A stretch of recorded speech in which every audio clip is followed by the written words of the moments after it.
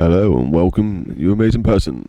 My name is Rob, and I am the Manic Gaming Guy.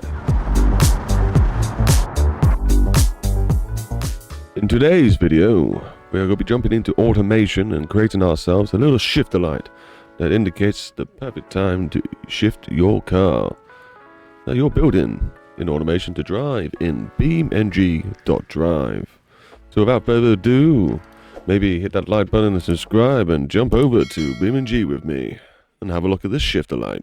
And here we are in the amazing world of BeamNG.drive, where we get to drive fun cars and crash them into walls at high speeds. And today, this is the car we're looking at.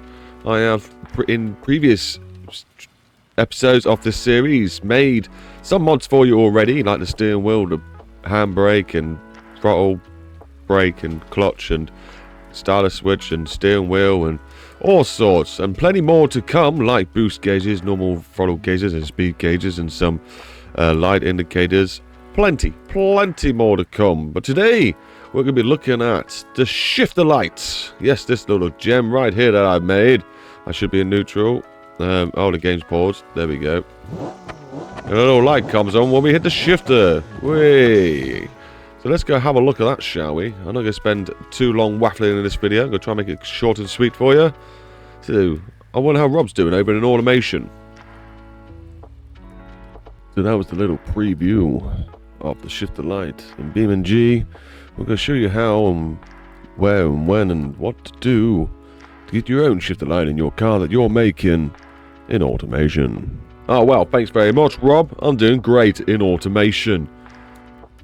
Let me just lower the car down though. I like it on the floor. Okay, here we are. Let's have a little look at what you were just witnessing for the shifter. Shift C to go into free cam. We fly around. And here's the little bit of glass that we see with a S for shift. And here's the actual mechanism that comes flying in to activate the shifter. Obviously can't demonstrate that right now. We already got to see it in BeamNG.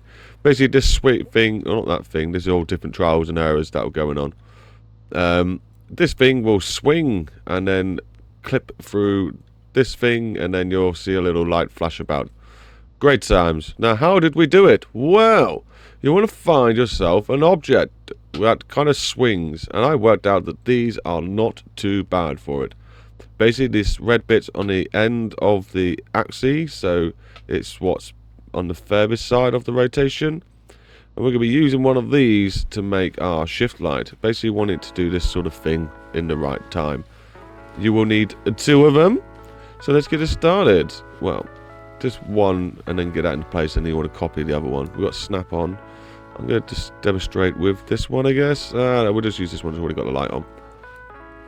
So we want to be turning it 90 degrees, and then I think for this one, it don't really matter which way you do it, but because it's going to match my code, I am just going to do it upside down, it seems. Let me grab that little thing there. Or I should tell you what, I really don't think I want to do upside down. Yeah, we do. We will. But no, we'll see what happens. It's only a case of putting a negative when it comes to it. Alright, so you're going to get this little thing. You're going to get it so it clips through your gauge and get the angle right so it faces forward, and then also get your size right because you don't want it to be ginormous. What are you doing? Where's it gone? Oh no, lost it. Here it is. Is it this one? It is this one. Right, so there you go. You got this little thing clipping through. I'm not going to spend lots of time, even though this probably will be my new one, because I'm not too happy with that one. I don't know, we'll see. And we can definitely shrink it down a bit like this. Right. So there's your final position. And then you also want to now copy this. Your first one is going to... Oh, I just knocked my microphone. Sorry for that. It's just going to be glass, in fact. We're not going to keep it as that. We're not going to make a new one. On car, please. There should be already... I think that... Is that clear? I think it is. If I now go back to the other one, make these invisible because we don't need those materials showing. Just want basically the red glass bit showing. Also, I'm going to want to move it back just a tiny bit because I don't want it to be exactly jumping out. I want it to be a little bit behind the glass for this case. We're going to rotate it out. I'm just going to go for 90 degrees in this one. We will experiment later on, you'll see. Now we've got a little bit of glass, so that was the other one that we made. So now it's just a little bit of glass that's sitting there, just to make it look a bit more 3D-ish and more fun and realistic. So basically we're going to set the code up, so when it hits 7,500, it's going to come blipping through and then do that. Let's see how well this goes, because it does take a little bit of altering and editing, but we'll hopefully get there.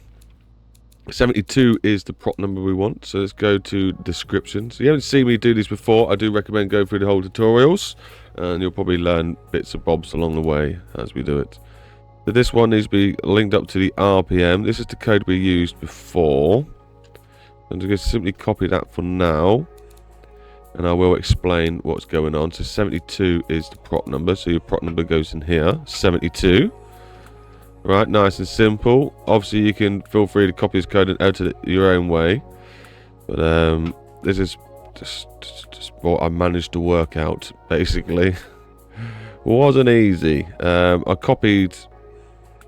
Did I copy this? Well, this one looks a bit different in comparison to this ratio. You might want to muck about with this number a little bit. This is basically the rotation that it's doing. And it's a value unit, because obviously the units that it's getting from BeamNG is going to be 7,400, I think is what my car revs at. So when BeamNG sends some code for it to recognize, so this will be picking up some code, you see. The prop number will be, no, the function will set it to go pick a code up. So like wheel speed is the speed that the wheels are going, blah blah blah, revs is how fast the engine's going, and so on. So this one is actually set to 7,800 because that's how fast this will rev up to. I actually want it to come in at 7,500. This is your minimum value. I'll quickly explain. These are your rotation values. The first 3 circles in between the brackets and all the commas. The next 3 is your translations, I think it is. Basically your front and forward, backwards and up and down. And then your next one's going to be your minimum value and your maximum value. And then you've got an offset, which offset itself from the value that's coming in. So if the value's 0 and you offset it at 5, it would start at 5. And then if it went up to 1, your 5 would go to 6. And then if it went up to 2, your 6 would then go to 7. We could also do it negative. So if it started at -5, it would then go to -4, negative, blah blah blah, and so on. So what I've done, I set a minimum value at 7,500. So everything before 7,500, this code will ignore. It won't do anything. When it goes past that, it will then activate and then want to start working up to 7,800. I think if I put that to 600, and I wonder if it would stop working or if it would stay on. It'd be nice if I put that at 6,000 and actually stayed on at its highest point. I'm actually going to test that out. Let's see what happens. It's either going to stay on, or it's just going to cancel itself off as soon as it gets to 50 and go straight off. And we'll already see a little blip when it gets to halfway, and then we'll see nothing when it's at 8,000. If it stays on, champion, we just learned something new. Now offset, I'm going to have to change this offset by going back and forth to BeamNG and just finding the right place for it. There's a lot of code, and sometimes a lot of mass, and sometimes it's just easier just to go back and forth and find that right place for you. Yeah, I'm sure you get what I mean. Right, so now we need to export this to BeamNG and see what happens. This is like your unit value. No, we said we've got like 7,000, but we're doing a rotation of 270. If it was just a unit of, if it's 270 revs and we're doing 270 rotation, this could just be 1. It would just stick to exactly where it should be. But of course we got 7,800 units with inside the 270 rotation. We've got to set it to something very small, so each unit is represented correctly. If we set it to 1 now, it would just spin around like a complete lunatic. So now that's explained. Hopefully I've taught you something there. Let's export it to BeamNG and see our chaos. And probably have to go back and forth a few times to correct it. But I'll show you that little process as we do it. It's time now to take the car back to BeamNG, as I've shown you the ins and outs of automation, fun goodness. This is going to be a little bit tedious, so bear with me as we jump back and forth from BeamNG, dialing in the exact position we want the shifter light to be. And we're back at BeamNG now, where we're just taking a look at our beautiful car. Ooh, look at those lights. We decided to have those lights, those green lines actually be lights, which is quite different, quite interesting. Also a nice little green strip along here, which is pretty nice at night time. But we do have to fix that, which will be coming in a later tutorial. So rev light, it doesn't pop, and it also looks like it's going the wrong rotation. Here it is. This is what we are working on.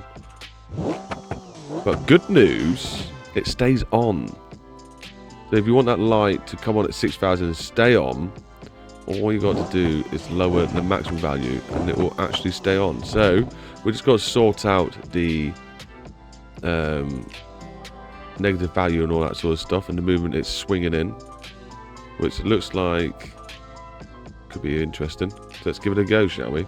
I've actually just got it still open. Now I do wonder if this is wrong. If maybe that should be a positive value. I think maybe it's spinning the object the wrong way around. Apart from that, that should be it. I remember why, one of the reasons I said it so far back is because it wants to go through the 7,500 first before. Actually, no, last time it's just popped it into place. I don't know. Weird things happen.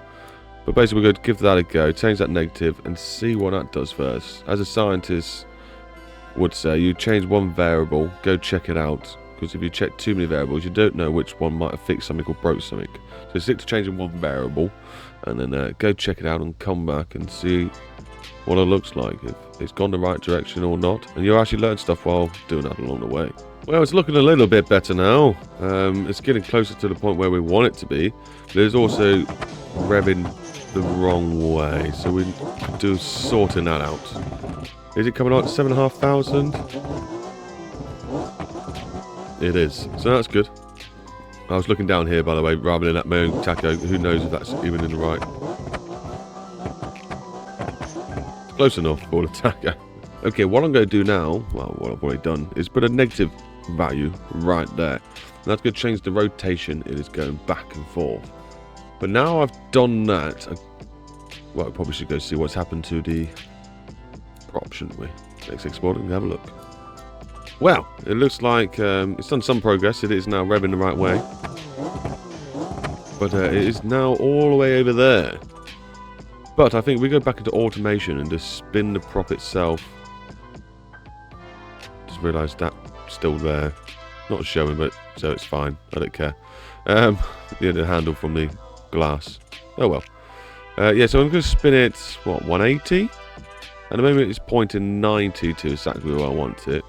It's gone 90 off, so if I bring it this way 90 more, maybe we'll be in the right place. So let's do that, shall we? Let's go jump on the code. No, let's jump on the prop. Shift C.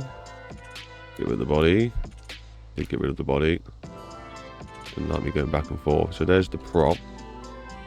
Let's just grab that, hopefully. And then I'm just going to try rotating it 90. Where's it put it though? Let's rotate it 90. Put it back so it's out off there. And then hope for the best that maybe it still works, but it doesn't show up when it's not working. Because obviously, like I said, it does weird stuff.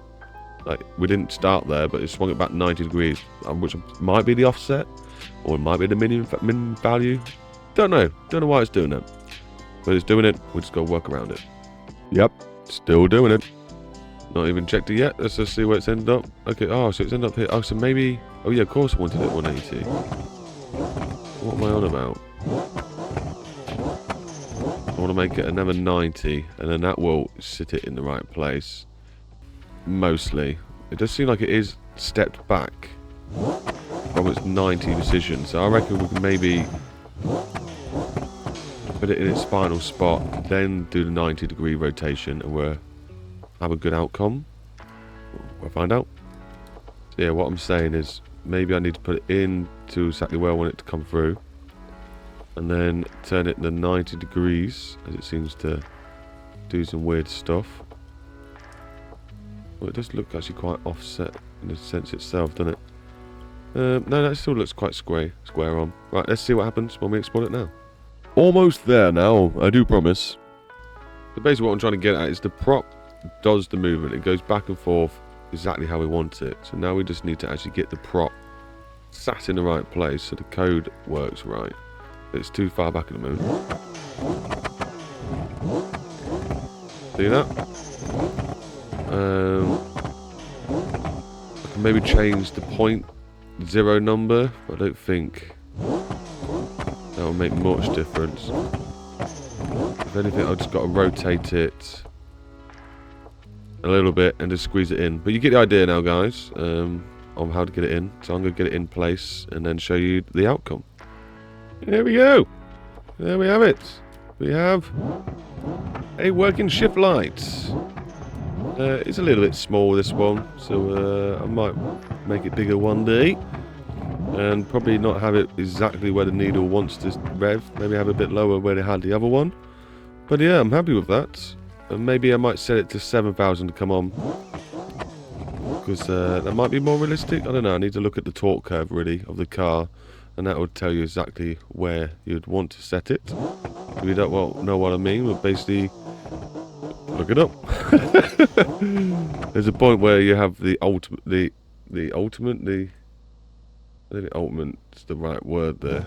The best time to change gears, so when the revs drop down, you've still got torque and stuff, and you're not losing power at the top end, because normally power curves dip off at the end, and a dyno run or whatever. So there we have it. I do need to delete them ones at some point, but that's it. There's the mod working, popping in and out. I have got a hidden S on there. You can't see it now, but when the light comes on, a little shifty S shows up. So I think it's quite a nice little touch. What shall we do next then, people? I think I'll go to work on get my boost gauge working, show you how I got the rev gauge working, and the speedo. The speedo does work. It should be near enough. Have the wheel spinning.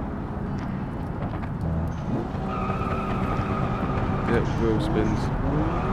More wheel spins. This car is mental. 600 brake horsepower. Okay, we're doing 120. What's it said? Bottom right. About 120. Can we keep going? Shift lights come on. Halfway through these ish. Yeah, not too bad. I reckon I've set the shifts light a little bit sooner. Well, one of that top code bit needs changing. So I changed it to 550. I bet that needs changing back to 7,800.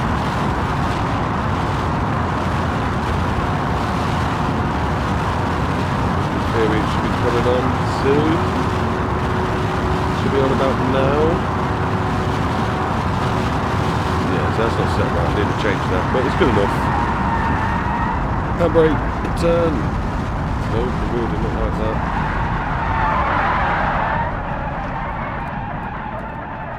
Well, that's it. That's it. Guys, come along really well, I think. What do you reckon? Still plenty of work to do, so plenty of tutorials to come. But yeah, I think it's looking quite nice. Quite cool on the inside. Considering we've only really worked around here. Any props, movements that we can do on the outside that you can think of?